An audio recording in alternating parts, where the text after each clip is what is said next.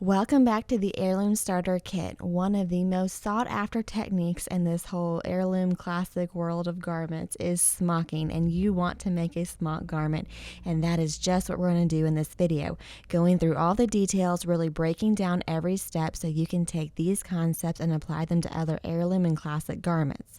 So to get started, grab the fabric from your kit designated for the smock gown as well as those pattern pieces. Starting from one side of the selvage edge, fold over your fabric and place the gown front as well as the gown back along the fold. Then you'll line up the sleeve pattern along the straight grain as shown in the fabric layout in your pattern. And yes, your pattern pieces has a grain line on it. Mine was still in the work in progress developmental stage. So now let's get to pleating. As a beginner, you are not likely to have a smocking pleater yet, and that is just fine. There's a small amount of pleating on this dress, so pleating by hand goes fairly quickly. Of course, if you happen to have a pleater, then check out my video on how to pleat for detailed instructions there. To pleat by hand, first you need to transfer those dots to your fabric. Yes, you can see the dots through the fabric, but my tired mama eyes really love this light board, so I'm using it. Anywho, either way, use your heat-activated pen to transfer the dots to your fabric. You'll flip the pattern piece over to do the other half of the gown. You can also trace that vertical line to help with the alignment for the second half. Now we're going to take our DMC 50 weight thread. Normally you would use hand quilting thread, but this is just what we have in our kit and it will be just fine. Pull off a piece of thread that is about 10 inches or so longer than the length of the top of the gown. You need some wiggle room so you don't worry about the thread coming out of the fabric before the blocking process. You just need some to work with, alright? So to pleat by hand, you'll go in on one side of the dot and out on the other side. It is not rocket science, so please do not overthink this. You can totally do it just about like 1/8 of an inch around that dot.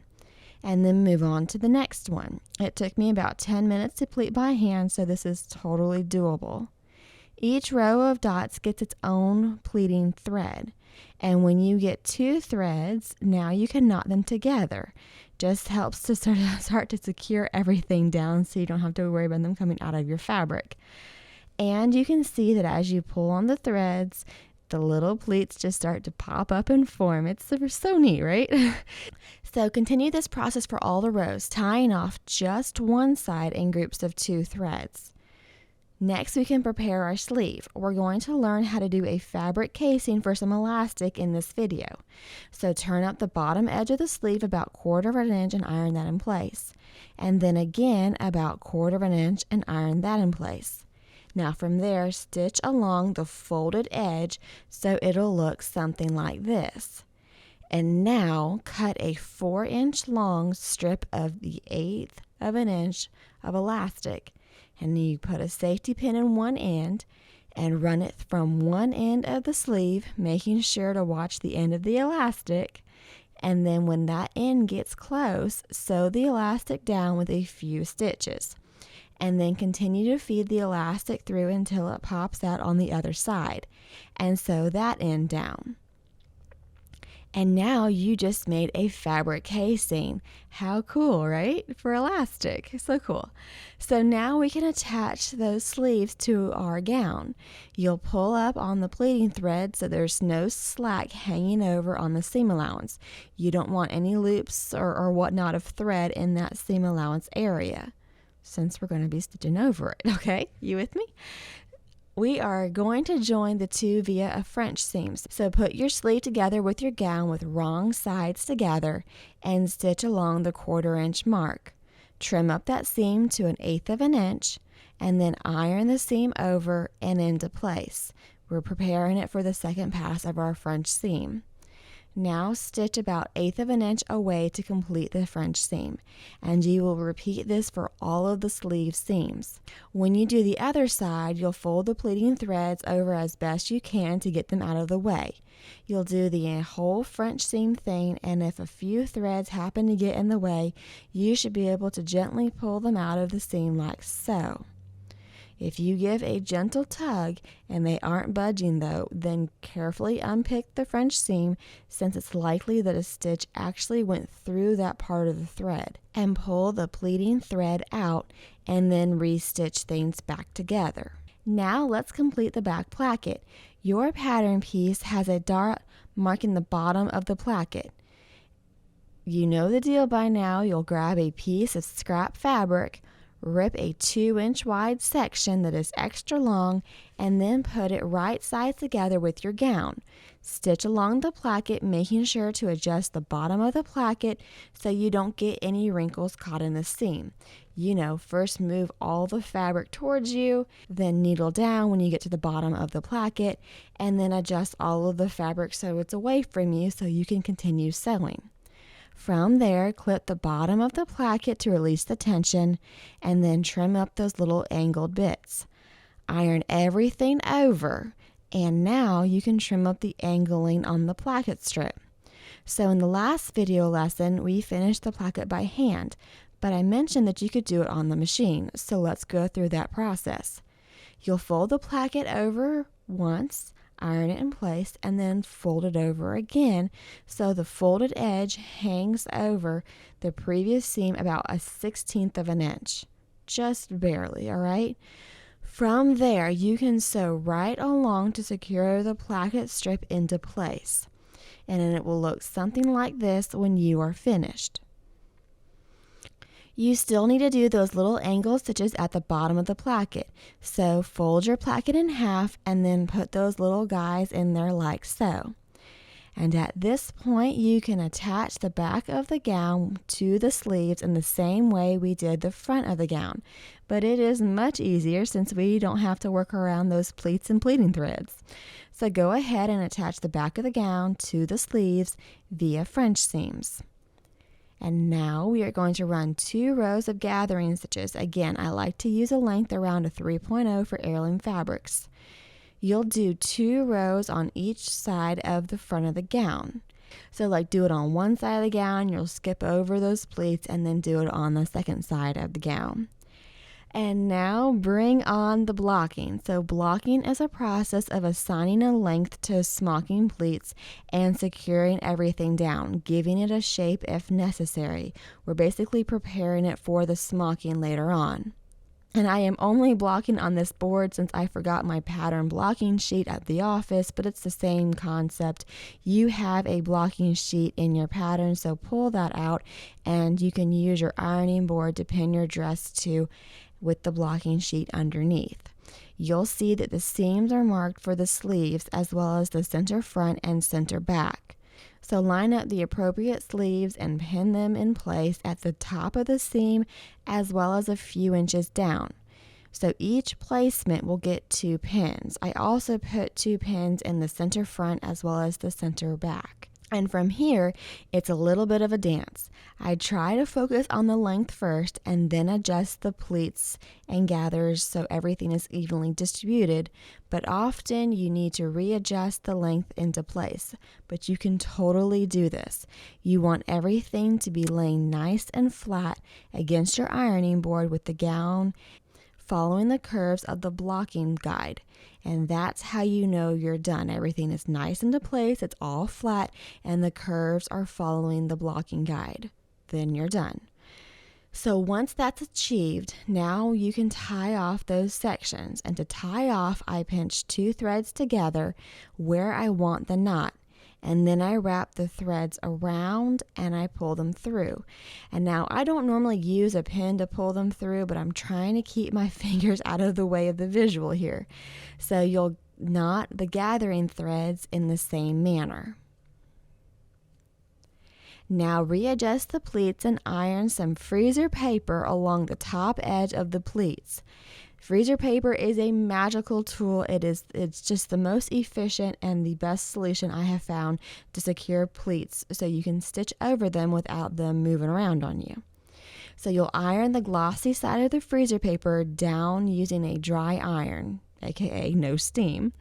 You don't want to squash the pleats, so you should be holding the weight of your iron. Just, kind of let it touch the fabric, but don't let go of it. Let that cool, and now your pleats are secure so you can stitch over top of them without them moving around on you. It is wonderful. Go back to your extra fabric and cut a 2-inch wide bias band. You can do this with a rotary cutter on a mat, but if you don't have that set up yet, that is perfectly fine. Just fold over a ripped edge or a selvage edge. That way you know you're dealing with one side that's on some straight grain, right? Until the two meet, and iron the creases that form.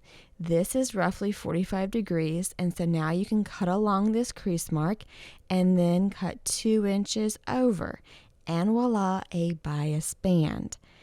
And I like to make these plenty long as well, the same idea with the placket strips. So in this case, a length of 15 inches is plenty long. You'll fold that bias band in half with right sides on the outside so your wrong sides are touching, and give that an ironing. Now pin it to the neckline of your gown, leaving an inch or two overhanging on the end. You'll sew along the 1/4 inch mark all the way around the neckline. Focus on keeping the raw edges of your neckline in line with the neckline of the gown. So all 3 raw edges are in line with each other, okay? Take your time around the curves, putting your needle down and turning as needed. And I love checking the pleats. I find it so satisfying how well the freezer paper keeps them all into place. So you can gently tear away one side of the freezer paper, and then the other side should just pop right out. And we will finish up this bias band neckline later on by hand. So you are so close to finishing up your dress at this point. You're going to join the side seams starting with the wrist of the sleeve via French seam. So again, wrong side together, stitch at the 1/4 inch mark, and with the elastic I try to pull the fabric away so I'm sewing over a flat section. Once you make that first pass, trim up the seam to 1/8 of an inch and iron everything into place so that you can do the second pass of the French seam at about that 1/8 of an inch mark. Go ahead and repeat that for the other side seam, and then you can iron both of those side seams so they are pointed towards the back of the dress. Finally, we are going to finish up this little gown with a casing, giving that technique more practice, and also leaving us with a sweet little gown that is both comfy for baby and super convenient for diaper changes. So fold up the bottom edge about 1/4 of an inch and iron that all the way around. And then again about 3/8 of an inch and iron that all the way around. And now stitch around the bottom folded edge, like top stitch it, making sure to leave a little gap so you can insert the elastic through. Now take your 12-inch long piece of 1/4 inch elastic and feed that through the casing using a safety pin. Make sure to keep an eye on the end of the elastic and pin that into place when it approaches the gap. When you get all the way around the gown, now stitch the 2 ends of elastic together. I like to go over this several times just for security, and then I trim up the ends so they are about 3/8 away from the stitches. You don't want to trim the elastic too close to any stitches since it can pull through over time. Just a good rule of thumb and FYI to follow. Now let's move on to the hand sewing. You'll trim up that bias neckline seam until it's just wide enough. When you fold over the band, it'll touch the machine stitches. This is a trick to keeping those ripples out of your band. The fabric underneath provides structure so the ripples can't form. Now you can trim the overhang of the band so it's about 1 inch long. Fold that over and then fold the entire band on top of that. To hand sew this in place, I come up between the layers of the placket to hide the tail of the thread, and then I create a loop and I go through that loop twice and pull tight, and now I've secured my thread on.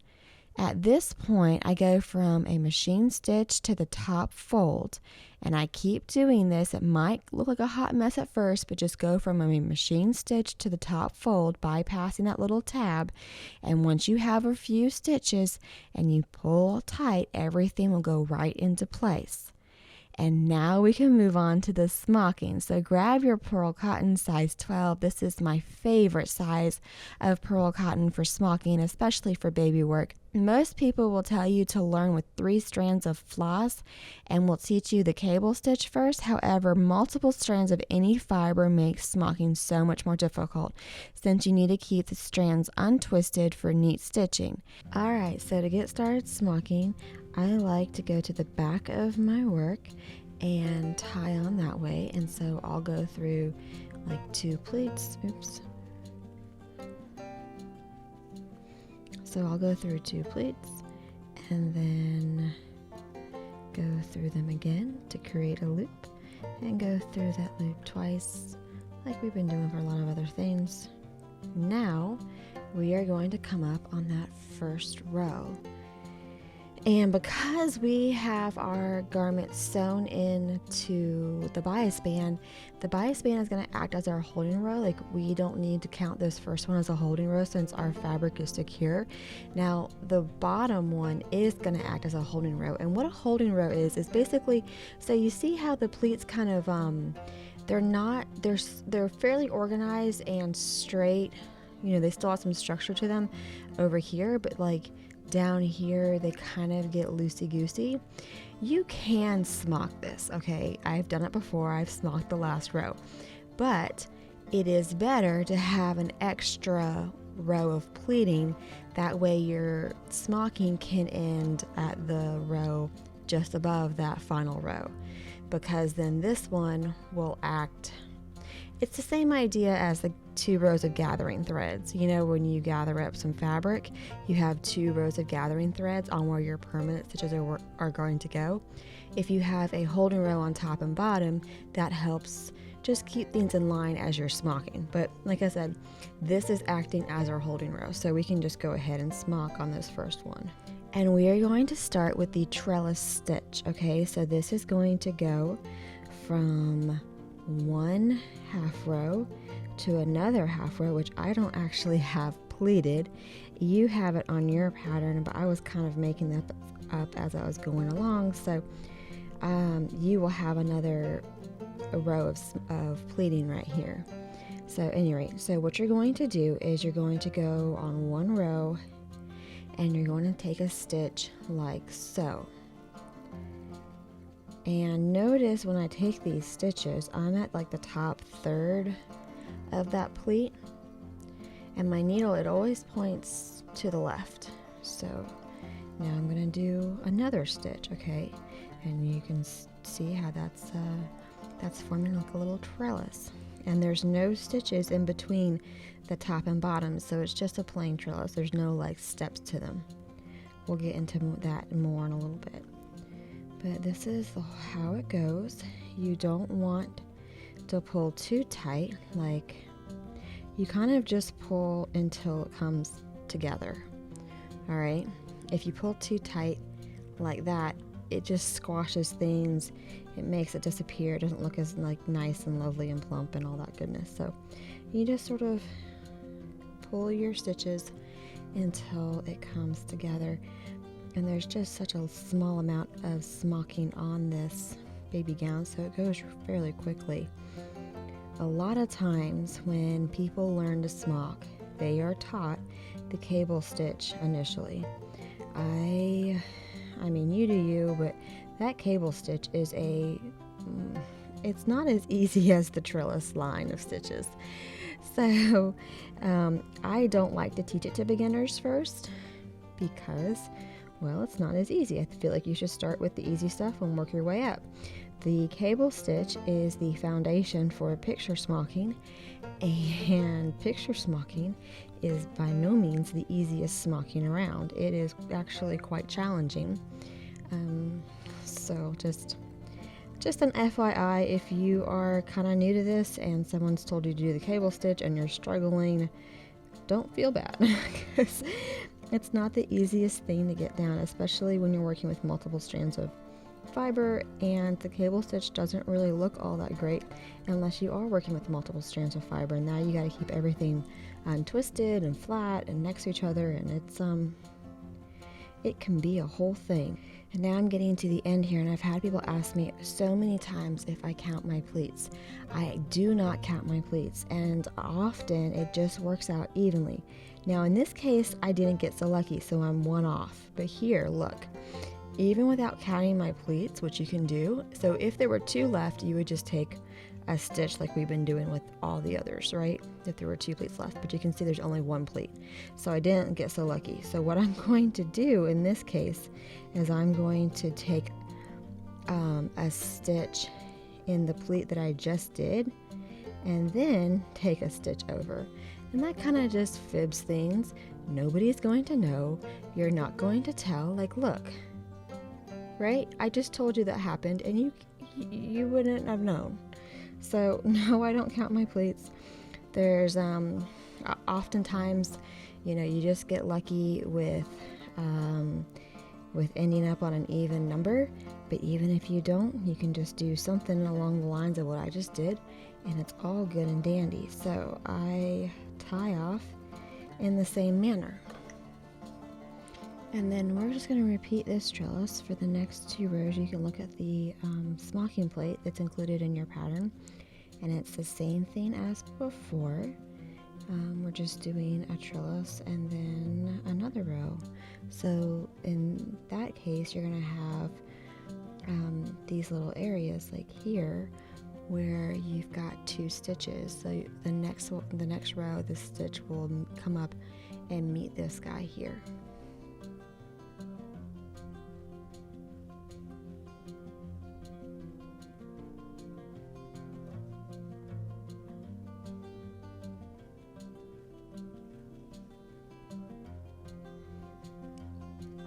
Smocking is such a great project to take with you when you're waiting for an appointment, or maybe you're in a car circle, you went over to a friend's house and you're just chit-chatting or something, or just, you're just driving with the husband, whatever, you're going somewhere.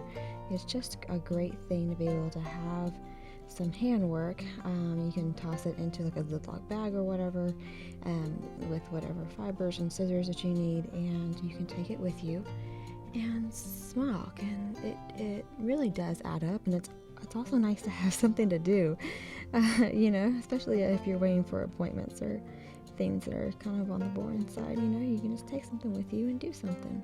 You take it with you in the airport and all that stuff. A lot of people, on side note, TSA, if you're here in the States, TSA actually does let you bring embroidery scissors on a airplane. I've heard of people bringing like empty spools of dental floss or whatever, empty containers of dental floss, to be able to use that little edge as a cutting edge. And you do not need to do that. You can put embroidery scissors right on your bag, take it with you on that plane. I've done it a number of times, and they give you no grief. It's on their website, that's allowed, so it's perfectly fine. It's a little interesting that they allow you to do that, but they do, and I have done it. So here we are, coming back to the end, and again, I have that uneven pleat, so I'm just going to fib it at the end, and life will go on, and the world will keep turning. And there we are with our first 2 rows of smocking done. And now we can tie back on using that same loop circle twisting thing that I love so much, and go to the right side for that 3rd row of smocking. So we're going to start away from our previous stitch, like opposite whatever of this stitch, and then that means this next stitch is going to go right underneath. So you can see, the camera will focus, you can see that I'm going to slide my needle and I'm going to go right under that stitch. It's right next to it, you see?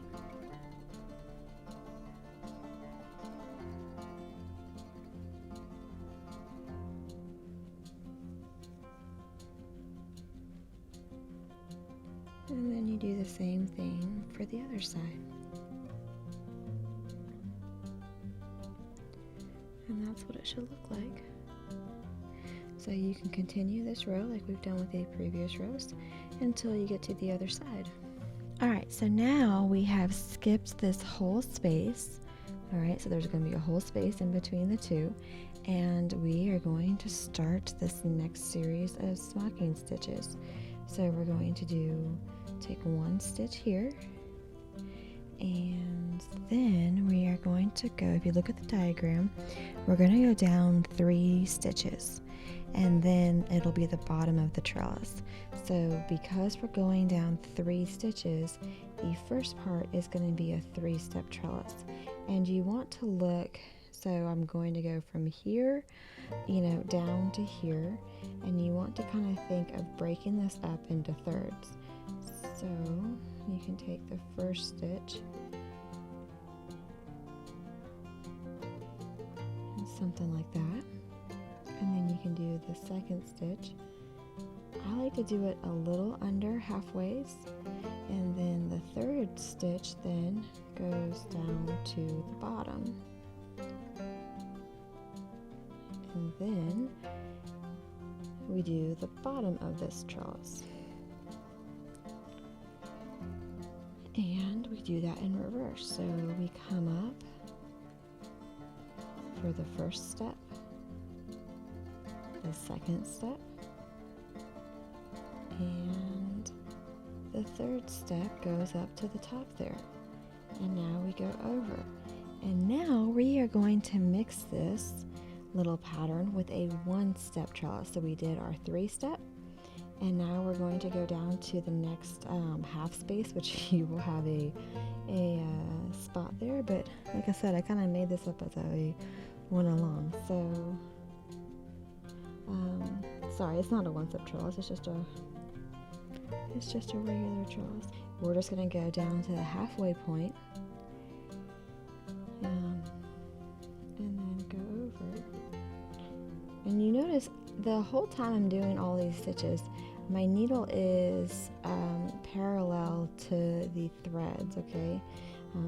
That's really important to make sure that your stitches are parallel and they aren't like skewed, Keeps everything tidy.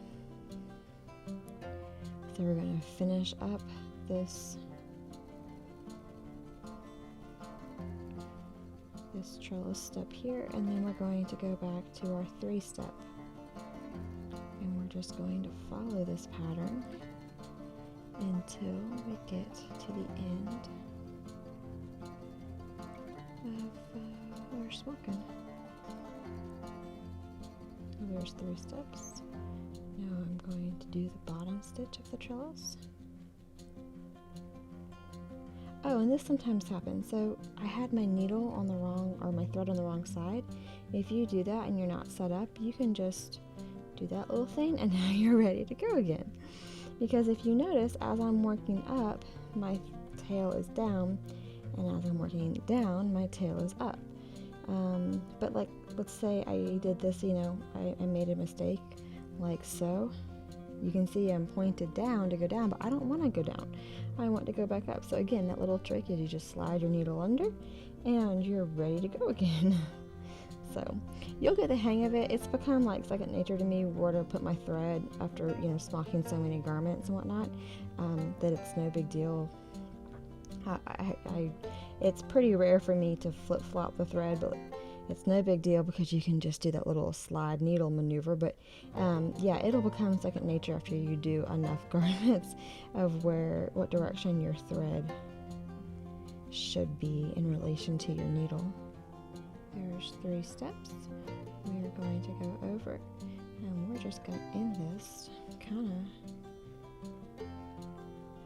end. So I might put making this work on the end since I don't have even number of pleats. We're just going to go 1 and 2, and then we're going to put a needle down to make it look like a third, and nobody is going to say anything. It just sort of blends right in, doesn't it? Alright, so now we're going to do the same thing but in reverse. So we're going to start away, because if you look at the pattern, or the smocking plate, whatever, the pattern for this is that the middle of the 3-step trellis, those guys are the ones that meet. So we're going to start our trellis. We're starting at the bottom. We are doing the 3 steps, doing kind of a third, kind of more than a third, and then the last stitch goes all the way to the top there. And now we're just going to do the bottom, or it's the top of this trellis. It's meeting up with the, it's becoming the bottom stitch here. Y'all get what I'm trying to say. And so that meets up, and now we can go back down the other direction.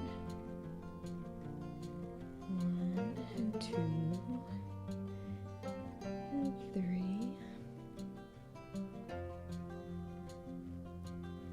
And then we can go over. And you can kind of check, because this is all a pattern and symmetric and whatnot. So, this guy is opposite from here and all that. And then this is going to be opposite from there, right? Are you with me? So we're going to do that little one trellis. Sorry, it's not a one trellis. It's just a trellis. There's no step in between. It's just a little trellis.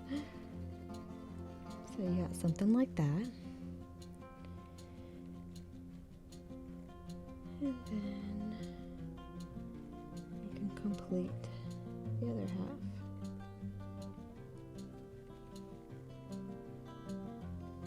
And you can see how much the pleats move around, right? That's perfectly fine. And really, when I block things, I really just focus on where it's going to be attached, because you have such an opportunity to still move things around as you're smocking and really fine-tune things into place. So things do not have to be like on the rest of the garment. They do not have to be exactly where you want them after the blocking process, because you can just move them as you're smocking.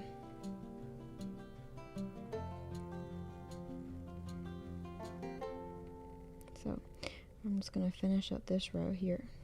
Alright, so we can come back and do the final row, and we are going to start on the bottoms, because if you look at the pattern that the smocking plate has, the top of this 5-step trellis, I never go into a 5-step trellis, the top of it is in line with these little connecting, these little guys, right? Okay, so the top's going to be right here. So we want to start with our pattern down here, and we're just going to take, the first stitch to be the bottom of that trellis, and now we're going to do 5. I'm actually in the middle of the pattern, aren't I? So I'm just going to take 3 steps to get me caught up to the pattern. Sometimes this happens, and it's fine. Alright, so now we can get back on track. So we can go over. Alright, so I just did 3 steps here just to get, like I said, caught back with the pattern. It's perfectly fine. So now we are in the pattern, and we are directly below. You can see that on the diagram on the smocking plate. And so now we're going to do 5 steps to get down to this guy, okay? You can see the 5 step that it ends with the trellis, the top of the trellis. Alright, so we're going to do 2 above the halfway mark. So I'm going to start my first one up here, and then my second one just a smidgen below, and you can see the halfway. And the halfway I'm talking about, but the halfway between these 2 rows, okay? So the halfway mark is somewhere around here. So the 3rd stitch is going to go somewhere around that halfway mark. The 4th one's going to go a little bit down, right? And so I just have that smidgen left to go, which is going to be taken up when I do the 5th one, right? So the stitches are something like that. And if one stitch is not as tight as it should be, just pull on the other stitch so it can tighten up, right? Something like that. And you can see I am across from the top of this trellis up here, so that's where the bottom of this pattern is going to go. And there we have half of the 5-step trellis. So we're going to do the same thing, just in reverse, taking a little bite, taking another little bite so we can get to the halfway point with our 3rd step, and then we will be splitting the difference that's remaining with the fourth one.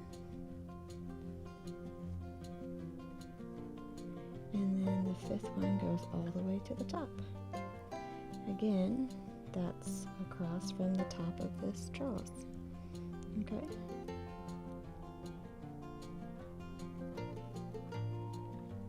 And we have something like that. And to finish up my little unevenness over here, I'm just going to take 2 stitches for those pleats to be secure. Something like that. Once again, tying off with that circle loop method. And we come and trim that up. And what's really exciting is that we can take out these pleating threads. Isn't that fun? So fun. So you just pull them so you can trim them away. Do I have some there? There it is.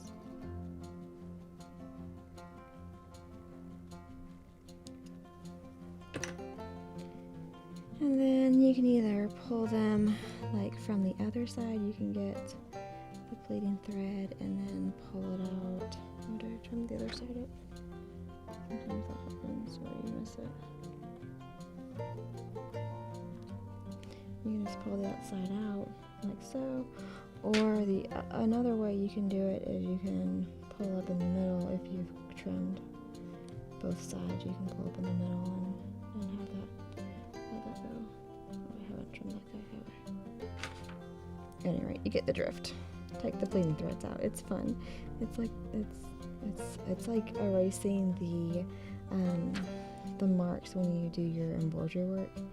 It's just like it reveals everything. I don't know. There's something so satisfying about it.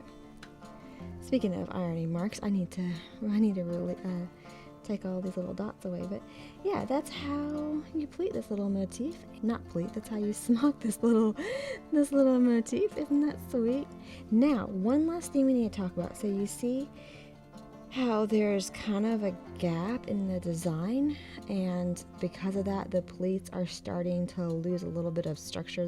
They are able to like pop up the other direction, whereas they're not really able, if I put my finger behind them, they're not really able to pop up the other direction over here because everything's really quite secure and stuff. But because there's like a space in the design, and so a general rule of thumb is that whenever you skip more than a whole space, okay, so a whole space would have been to the middle of this thing, and I've got this little, it's like 1.5 spaces, if I'm not mistaken. So whenever you skip more than a whole space, what you should do is go on the back of it and back smock. I like to back smock using DMC 50 weight thread, and I will just do a very loose cable stitch back there. You should feel so proud of yourself. I am proud of you. I hope you had a ton of fun and you learned a lot. Of course, if you have any questions, put them down in the comments below and I will do my best to answer them. And as always, I appreciate y'all for watching and I hope to catch y'all next time.